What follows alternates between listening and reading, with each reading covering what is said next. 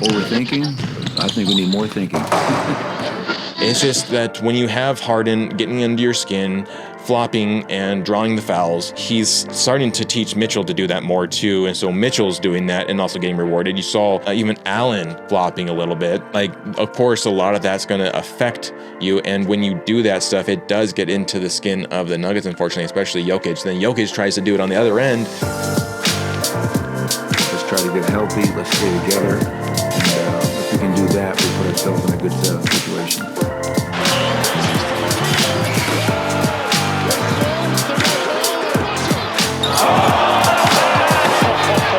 And over the shoulder, no looker. How's it going, everyone, and welcome. I'm CS Chandler, here for another take of Nuggets basketball. So we had the Nuggets and the Cavs for the final time this season. Though, because of the trade deadline, as soon as you thought that you were done with James Harden, the Nuggets just, with their luck, get to see James Harden again. Luckily, this is the final time of this season. We will not see him again. I mean, to be honest, I feel like it's actually the Nuggets' bad luck that they would play the Cavs twice next year before the trade deadline, and then the Cavs would trade Harden again to like a Western Conference so that we would see him once again. But like, I can't stand James Harden. I do not like him. I do not respect his style of basketball. I think he is the reason that we have SGA now. Let me know in the comments what you think, but I think that he is a foul merchant and always been a foul merchant. And so it was not fun to watch him yet again in this one. So the Nuggets, hot off of a win from the Bulls, a great fourth quarter in that game, looking to get a good start in this one. Moving into the game, or before the game started, we had AG, P. Watt, Spencer Jones all out. Jamal, Jokic, and CB were listed as questionable, though they would all still play, because apparently Jokic sustained an ankle sprain in the Knicks game and has been trying to battle through that, and so he's just a really beaten up guy right now. So any of the sequences that you see that he's kind of sluggish or not himself, he's battling through a lot. So you got to give him a little bit of leeway there. So the starting lineup would be Jamal Murray, Christian Brown, Cam Johnson, Julian Strawther, and Jokic. They would be wearing their Mile High jerseys, as the Cavs were wearing their white jerseys, and the Cavs got that win in the clutch. Another game the Nuggets should have won. Final score 119-117. So if you're new to the channel, first of all, thank you for subscribing. If you haven't, then hit that subscribe for me, please, and like. I promise you won't regret it. But then we're going to kind of recap what happened in this game first. The All-Star break is approaching very close. They have one more game after this game to make a little bit of a dent before they head into the break. But then out of that, they've got to be shipshape and ready to go for that final stretch of the season to get into the playoffs and a good seed, and hopefully with some kind of home court advantage. But what happened in this game, right? Let's break it down right now. So the Nuggets controlled the tip, and they turned the ball over immediately as Mitchell can't convert with the layup, but Allen is there to tip it in and get the first bucket of the game. Nuggets then quickly they go down by 6 before Strawther has a breakout quarter. He hits a 3 right out of the bat, and then follows it up immediately with a slow roll to get the bucket plus the foul and get the first 6 points for the Nuggets tonight. Breakout quarter for Strawther. And so the Nuggets actually outscored the Cavs in that first quarter 30-26. The second quarter, they opted for a lineup of Brucey B, Tim Hardaway Jr., Julian Strawther, Cam Johnson, and Jokic, as Jokic gets a block and a transition, gets fouled, and then on the inbound Tim Hardaway Jr. sinks a three for the first bucket of the quarter. Back-to-back defensive plays gets the Nuggets up by 11 from Julian Strawther, transition layup, and then Cam getting the steal. Jokic with the collect and lobbing down to Cam for the uncontested layup. Great set of plays. The offense was kind of cooking and heating up there, followed by a back-to-back uncontested three from the Cavs, though, because of course the Cavs are going to respond too, right? They're going to respond with a back-to-back three to make it a 5-point game. Then the Nuggets continue to get in this a little bit of a lull as the Nuggets up by only one get bailed out by a three from Tim Hardaway Jr. He was sinking buckets when the Nuggets needed him to. Not saying that he made every single bucket, but every bucket that he made was felt impactfully to keep the Nuggets lead. So they go back up by 4, and then Cam with 3 extends it to 7.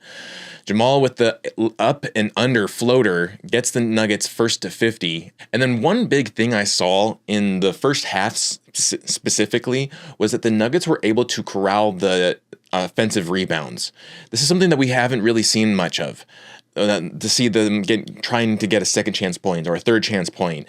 They were doing that tonight. So that was definitely something positive to take away from this game. But the Nuggets actually outscored the Cavs, be it by 1, but it was still, they outscored them 29-28, and they took a 5-point lead of 59-54 into the half. Third quarter, the Nuggets with their starters start off, and on an attempt, Mitchell sinks a 3 for the first bucket of the quarter. Jokic then with a spin around, long 2 gets the Nuggets on the board, and then Merrill with a 3 makes it a 1-point game again.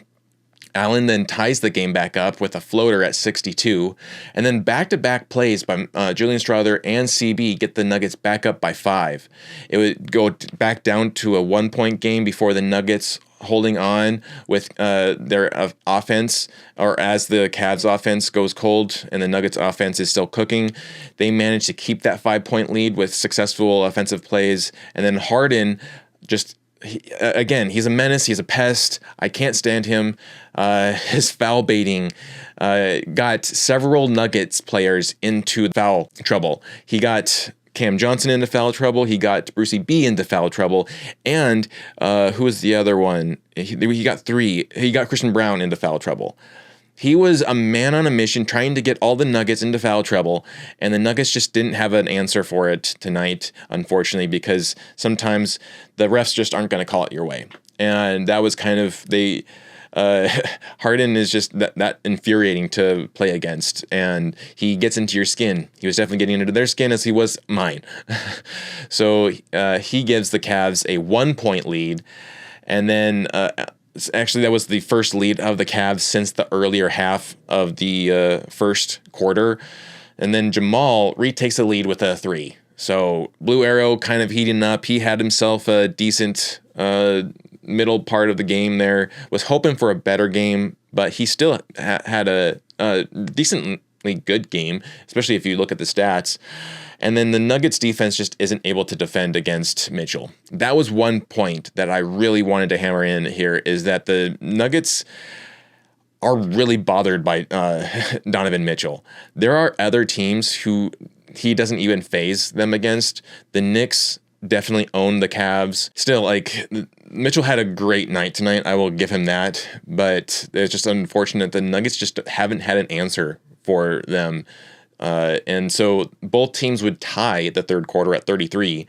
And then the fourth quarter, the Nuggets start off with a lineup of Jalen Pickett, Tim Hardaway Jr., Julian Strawther, Cam Johnson, and Jokic, as Strawther draws the foul and on the floater attempt makes 1 of 2 at the line for the first points of the quarter. And then Nuggets on the transition to Tim Hardaway Jr. for a 3 gets the first field goal of the quarter. Jokic over Bryant gets Nuggets first to 100 and a 10-point lead. There was actually several times this game where the Nuggets had a 10, 11, and 12-point lead that the Cavs were just able to chip right back down. I don't know if it was the Nuggets getting too arrogant. I don't know, but the Cavs definitely give them credit. They continue to play despite being down several times. and the Nuggets got a little too cocky, I guess, and but the Nuggets did get into the bonus early in this quarter at the 7-minute mark. And then we have, though, back-to-back threes from the Cavs keeps them at striking distance. CB then gets a very clutch three to get the Nuggets back up by 5. But then there was an interesting play here where Big Val gets the rebound on the defensive rebound, and Allen completely mauls him. Which there's been the consistent talk in the league of Allen not being more aggressive, that he's too nice of a guy. And so you're starting to see him trying to challenge himself with that, and he's still trying to find a groove for that. He would try to maul Big Val here. And obviously, Big Val, he's not going to have it. He's going to try to shake you off. And in doing that, he's too much for Allen. Allen falls back and kind of flops a little bit. The refs call in an offensive foul on Big Val, and then Adelman would take a timeout to challenge that call. It would be successful, leading to Big Val to go to the line. He would make both free throws, and then the Cavs on the other end would challenge a defensive foul on Allen to Jokic. That would be unsuccessful. Sends Jokic to the line. He makes both. So Harden, though, again, ties the game up at 117 in the clutch. Mitchell then draws the foul on Murray. This was crazy because the Nuggets should have made a bucket. They did not make a bucket. The Cavs get the rebound. Mitchell on the fast break bumps into Murray. It should have been an offensive foul. 100%. He pushed off and he pushed Murray, but I guess the whole footing and everything on Murray, I guess you could go either way. It goes the way of the Cavs. He goes to the line. That gets them into the bonus, so he goes to the line with 0.9 seconds left on the clock. Makes both free throws, gives the Cavs a 2-point lead. So they have 0.9 on the clock, the Nuggets do, to make some kind of miracle shot. And who are you going to send that ball to, right? This is one of the questions that I've asked already a couple of episodes ago of who are you going to give the ball in this moment to? Are you going to give it to Jamal? Are you going to give it to Jokic? Are you going to give it to Tim Hardaway Jr.? Maybe Cam Johnson? Obviously, AG is out, so you can't give it to him right now. You can't give it to P-Watt because he's out right now. And I wouldn't trust Spencer Jones right now with the game on the line. So who are you going to give it to? The most likely options are going to be either Jokic or Jamal. And I think the smartest way to do this would have been to try to draw a foul while you're shooting the bucket. Because Jokic gets the ball, he shoots it, and it's not long enough. It hits the net of the hoop. Doesn't go in, so the Cavs outscored the Nuggets 32-25, and they take the win plus the season sweep over the Nuggets. Again, final score 119-117. Hey, this was a battle of two teams trying to outgrift the other. Unfortunately, when the opposing team includes James Harden, that's not the best of game plans. He is a master of grifting and has made his entire career on it. What makes this loss even more of a sting is that you had yet another game that the Nuggets should have beaten the Cavs, and they came up short again.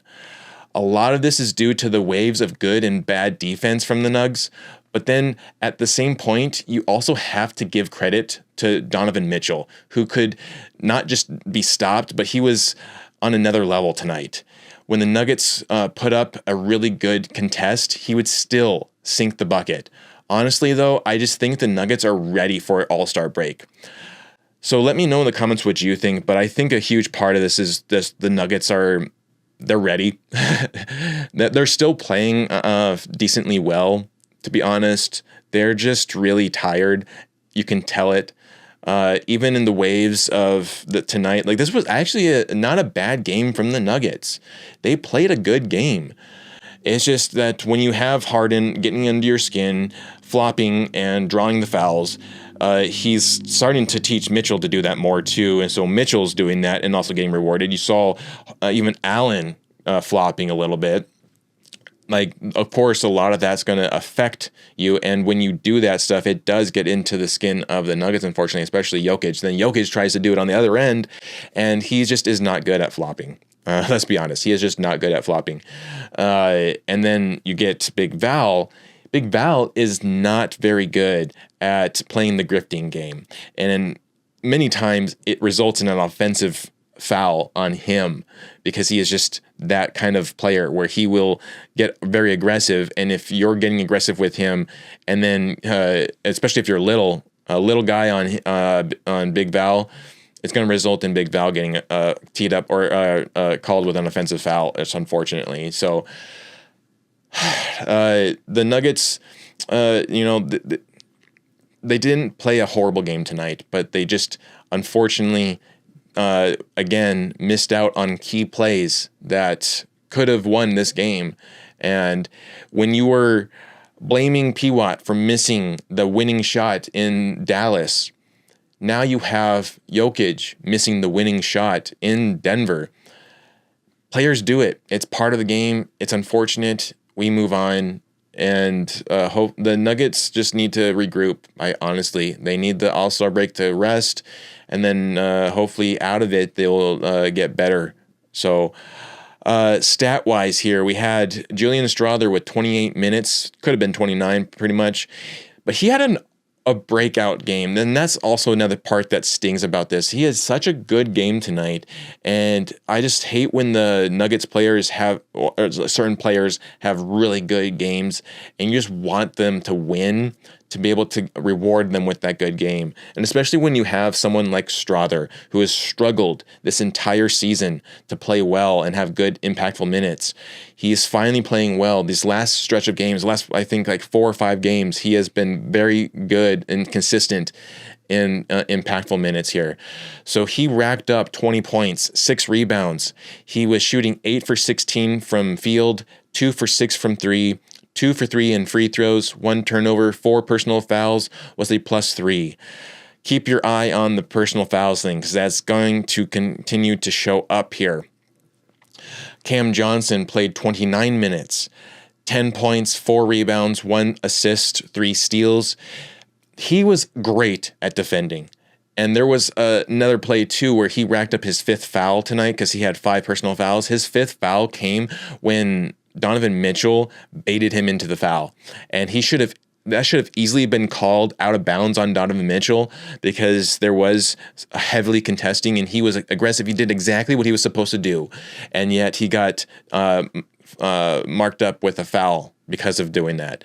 And so I get the frustration there from Cam Johnson. He was doing everything he should have done. I hope he doesn't stop it. I hope he continues to be aggressive and he continues to show how much of an impact defensively he can have on the team, because right now with AG, Spencer Jones, and P-Watt all 3 out, we need some aggressive defense. So I still hope that he continues on that. So he had 3 steals, which were great.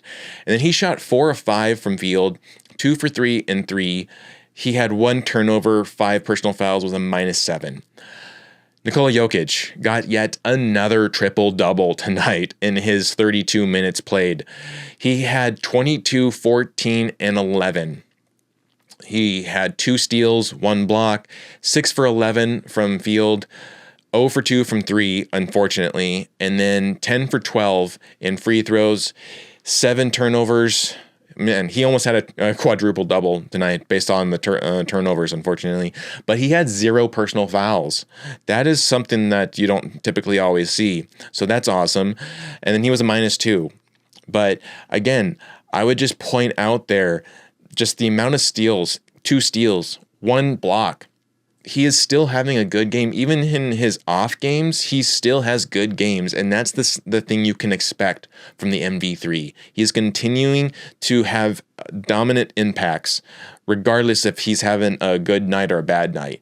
That's just something you don't see throughout the league. So Christian Braun had a really good night tonight. And I want every hater of Christian Braun to really focus and dial in on this one. He played 31 minutes tonight.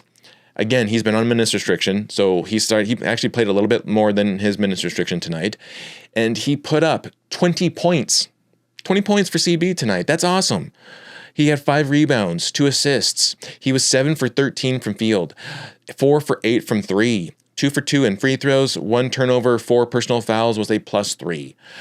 This was a great game for CB, great game for Julian Strawther, and yet they weren't rewarded with the win, unfortunately. It's really a bummer there.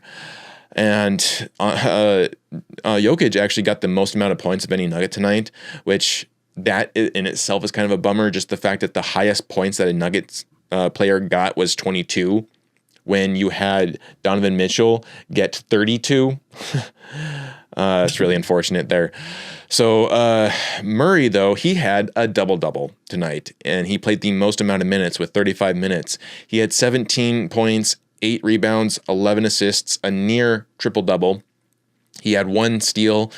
He was shooting 6 for 16 in field, 1 for 6 in 3, 4 for 4 in free throws, 1 turnover, 3 personal fouls, was a -4.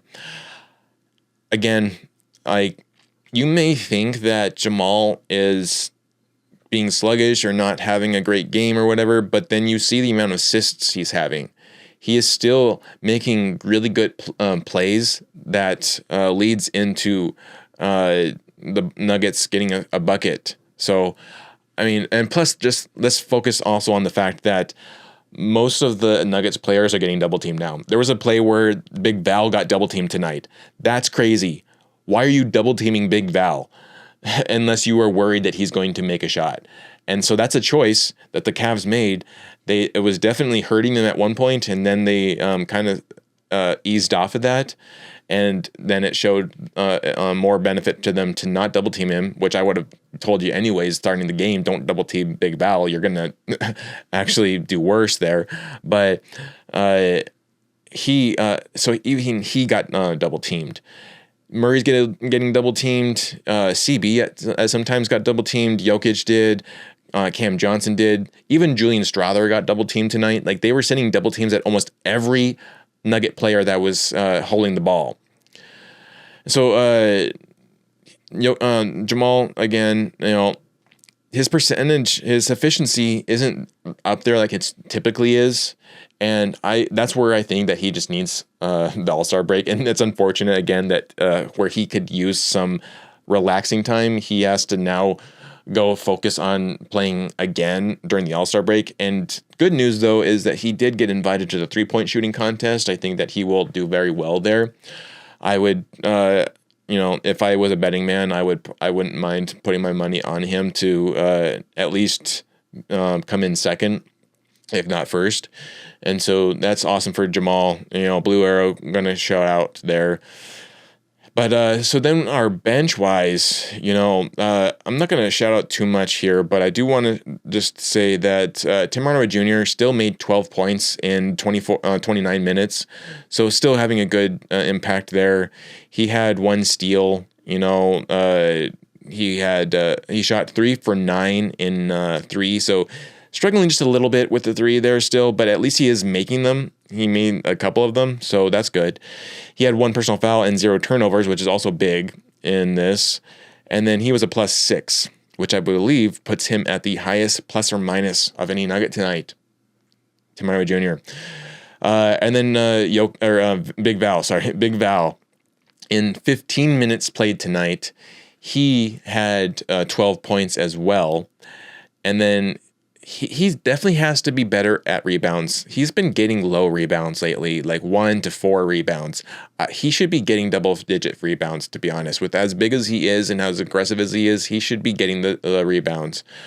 And so I'm a little bit iffy on that part. But other than that, you can't ask for much more than from Big Val than that. He also was one of the few with the 4 personal fouls there, and he was a -10, so he was the lowest plus-minus of any Nugget tonight. So overall, the rebounds, we had 46 to their 39. So we out-rebounded them. We had 25 assists to their 25, so we tied there. We had 9 steals to their 6. We had 1 block to their 7. We shot 44% from field. They shot 46%. We shot 32% from three. They shot 33%. We shot 80% from free throws. They shot 81%. We had 13 turnovers. They had 12. We had 23 personal fouls. They had 29. So just right there, you can see that they were just 1% better. 1% better. That got them the 2-point win. They were just 1% better. And that's just sometimes how the game goes, honestly. So again, like I think this was a decent game for the Nuggets, honestly. I don't think there was anything like outrageously wrong that they were doing. Like, yeah, there was a couple times where they wouldn't close out, or they would, leave a guy wide open for an uncontested three, but they were doing well. They were getting gritty in there. They were stealing the ball. I mean, there was a couple times where even Bruce Brown, he got two steals tonight. He just yoinked the ball out of, I think it was Donovan Mitchell's hand. It was awesome. So, I mean, it's not that they're not playing well, that they are still playing well, but they do get into these lulls throughout the game that will lead into the other team going on runs big enough to stay in the game. And that definitely, I think just contributes to their exhaustion. Honestly, being out with being down so many players in the last 2 months, in the last 3 months, since November, really, right? Because that was when CB and AG both went out. And so, like, since then, you've had to overcompensate consistently. And of course, when a well-oiled machine is overcompensating on certain aspects because of certain gears not working, it's going to eventually burn out, right? And I think that that's kind of what's happening to the Nuggets. Like, you might have gotten a little bit of like a replacement here and there, but it's still working too hard. The fact that it's worked so hard the last couple of months, you're seeing the effects of it now. So they definitely need this break. I think coming out of it, though, they need to really regroup and start to question whether or not seeding is something that they really need to worry about right now. Because now, having lost this game, like, this was a game that you probably should have won and you needed to win to stay in the top 3 conversation. Out of the All-Star break now, because of this loss, you are going to have to play really good for at least, I want to say, like 2/3 of the games left, and try to stay within that top 6. Obviously, you don't want to fall into the play-in, but there's a very real chance that the Nuggets could be in the play-in if they continue to play or lose games like this. And so if we look at the standings here, with this loss, we are now half a game ahead of Houston, who I believe, did they play tonight? They did not play tonight, but they play, I believe, tomorrow, right? Yeah, they play tomorrow against the Clippers. So they're winning.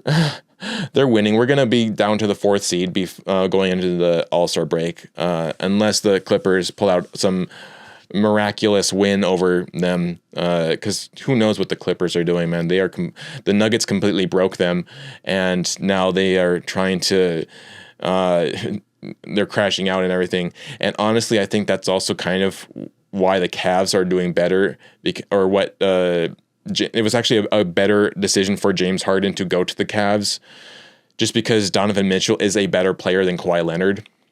Kawhi Leonard has had a really good season, but Donovan Mitchell has just had a really good, like, maybe last couple of seasons, really, the last maybe 3 or 4. He has played very well. And then to tack on top of that, you have Jarrett Allen. Like, just the Cavs overall are a better crafted team than the Clippers are. And so I think that I hate Harden, but I also don't fault him for wanting to move to the Cavs. And it's just unfortunate that happened. That trade happened before we faced the Cavs and not after. So we didn't have to face him again. but it is what it is. That's the way the cookie crumbles. So the other games on tonight, we also had the Warriors and Grizzlies, where the Warriors won by 1 point there, 113 to 114. The Hawks lost to the Timberwolves, 138 to 116. The Jazz won against the Heat, 115 to 111. The Pistons won against the Hornets, ending the Hornets streak here, 110 to 104. And that game specifically, I was going to bring this up. That game, if you didn't know, there was a huge fight that broke out in that game, like an actual fight, like fists were throwing. So there are going to be guys who are going to be suspended. And when the history has shown this season alone, when the Hornets are down players, they don't play as well. So my last feelings about them being a very well team and having good hopes in the playoffs and everything, now I think are a little bit shaky, because now you're going to be down Bridges, and you're going to be down, who is the other... So you're going to be down Bridges, you're going to down Diabate. Yeah, those two. You're going to be down your center and your power forward. So I don't know how the Hornets will rally a good set of wins, but because of that now, it's going to definitely affect them, I think, moving forward the rest of the season. So, but again, if they keep their squad the way it is, and then next season, I think they're going to have a really good season. I still really trust that group to do very well next season. And then we had the 76ers losing to the Trailblazers, 135 to 118. The Pelicans, 120 to 94 over the Kings. The Magic won over the Bucks, 118 to 99. The Nets won against the Bulls, 123 to 115. And right now, there are 35 seconds left in the game against Thunder and Lakers, as the Thunder have a 5-point lead over the Lakers. So most likely, the Thunder are going to win that game, which I'm kind of indifferent about that game. Yes, I hate the Thunder, but I also hate the Lakers. And because the Thunder are already so many games ahead of the Nuggets, it kind of feels like maybe the Thunder should win. Oh, they just went up again, 116 to 110 now. So someone might have just thrown a free throw there.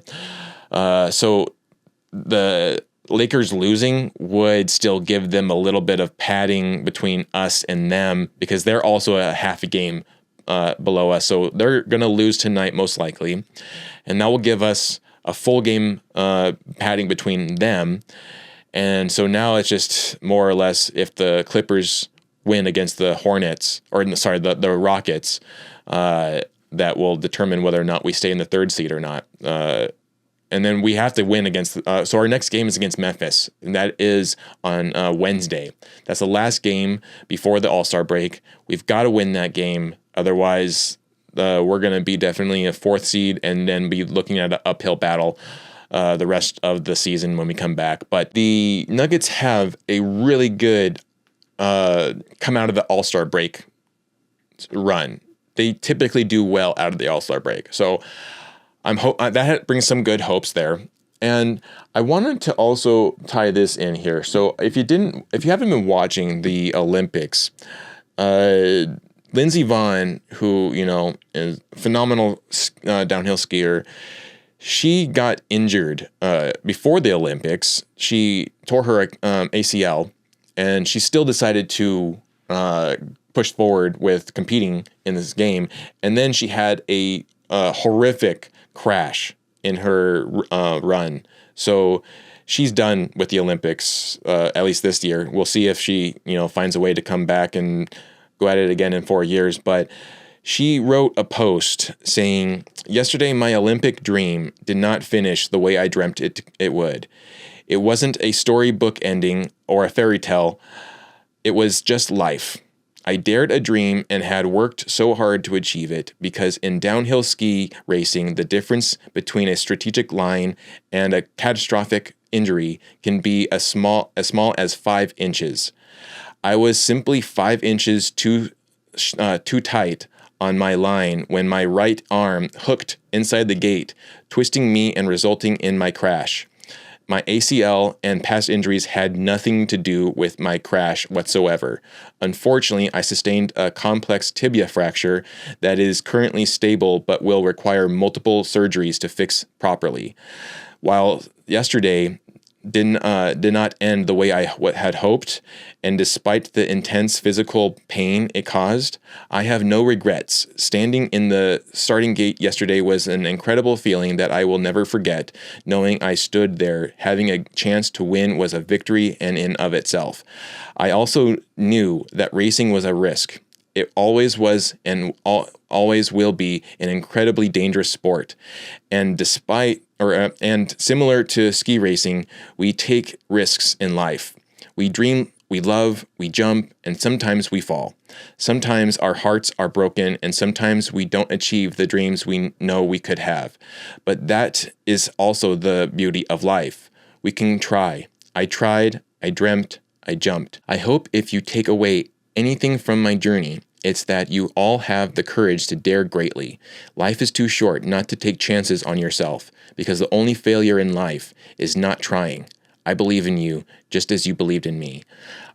I think that's beautiful, and I think that applies to more than just sports. I think that extends into career, into whatever aspirations you have, that extends into you as an individual, but then also to the Nuggets as a team. The Nuggets tried tonight. They have been trying, and they have not given up. And that is what I love about this team.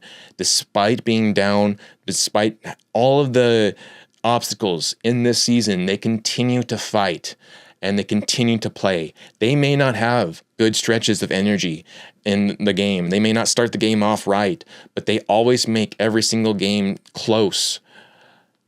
Most games, I should say, because there have been a couple blowouts, but still, even in those blowouts, they still tried. So, I mean, they're going to continue to try. I don't think, even if they were to fall into the fourth seed, I think they would still try very hard in the end of this season after the All-Star break. But you have to give them credit. I mean, it does make a lot of these losses sting, seeing how hard they play and how hard they try and want to win. And it just really is unfortunate that it hasn't gone their way.